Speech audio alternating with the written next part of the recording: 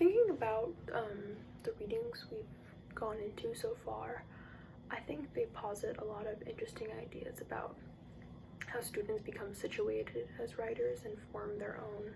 writing identities and orientations as writers, and also directions that they want to facilitate in their writings, and how to go about these directions in a way that is thorough and sophisticated and meets whatever criteria suggested or outlined for our particular assignment, while still remaining true to their own individuality as a writer and a person as well. Getting into that idea, I think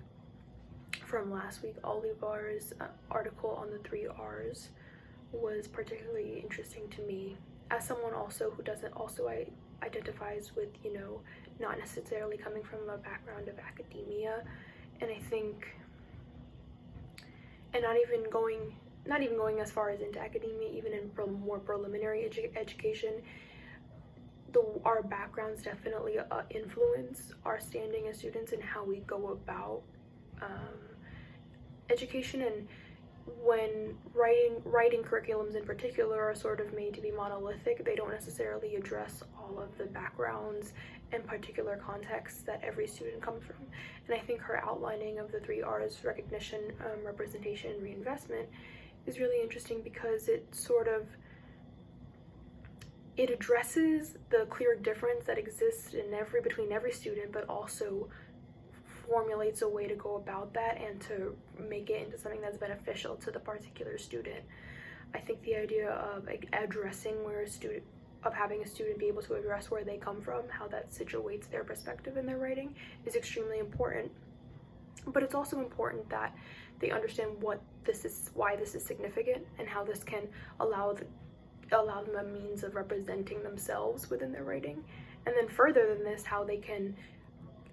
redirect the poignancy of their own identity, and within a wider context of where they come from, how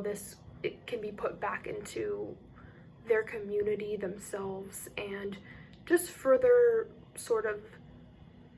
solidify and strengthen their own positions as writers, students, academics, whatever it may be, and just make them more confident in not only their own subjectivities and writing identity, but where they come from as well, which just helps them be a more well-rounded student in general. And this topic was also interesting to think about with Dunn's article on clarity in writing, because I think it's important to know obviously what your perspective is, but it's also another thing to understand how to communicate that, who you're communicating that for. And that's extremely pertinent to the formula of the writing and how that's going to be communicated and how well it will be communicated. And I like how she emphasizes how clarity and correctness are not necessarily things that are exclusive to technicalities such as grammar or structure. It's also about content and about how a student can go about presenting their own argument or opinion and thoughts, and who they're presenting it for, and is this done in a way that is concise and also true to their own positioning. And within these factors, there creates a situation where the argument can be communicated directly and with purpose. Going in further into that, this week's readings talked a lot about authentic writing rhetorical situations, specifically Lloyd Blitzer, and Deborah Dean talked a lot about framing text. Lloyd Blitzer specifically talked about the exigence that every writing piece has and every writer has when they're going to write a specific topic specifically, and how that frames the rhetorical situation. And I think that's really important, because often I think students feel intimidated by writing because they think it needs to fit a specific formula and a particular structure, needs to be written in a particular way. But I think when the rhetorical situation is addressed, and why this piece of writing is actually needed, why it's important, and why it's being made, and what unique perspective can they bring to that topic, that situates the rhetorical situation and it positions the rhetorical situation, positions the student within the rhetorical situation, and allows them to write in a way that is one that is obviously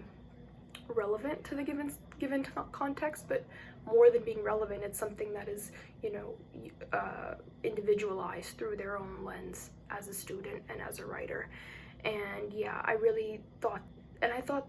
the idea of authentic rhetorical writing is a really great place for students to start, for them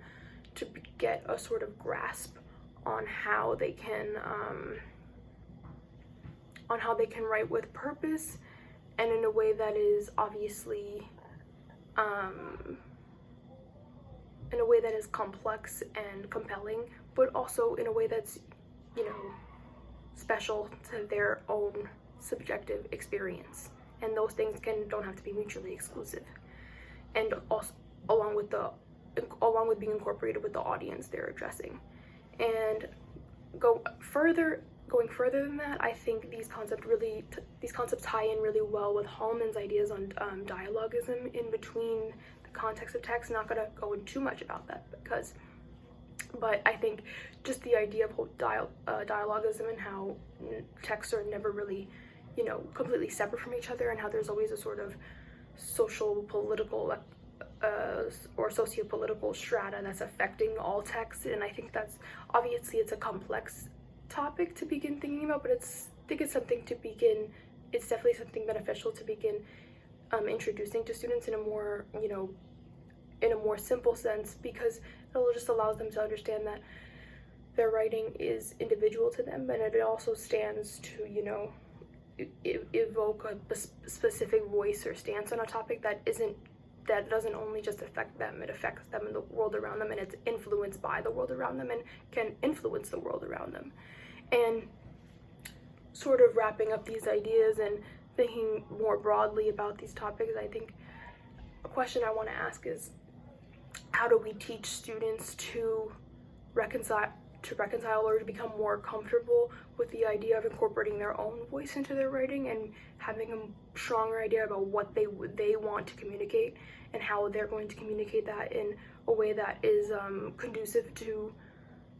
the assignment or the context or the audience, but also in a way that is true to their own individual perspective.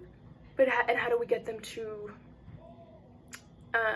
mitigate this idea along with the idea of dialogism, and how other perspectives also influence their writing, whether it's internally or externally in the context of the writing process.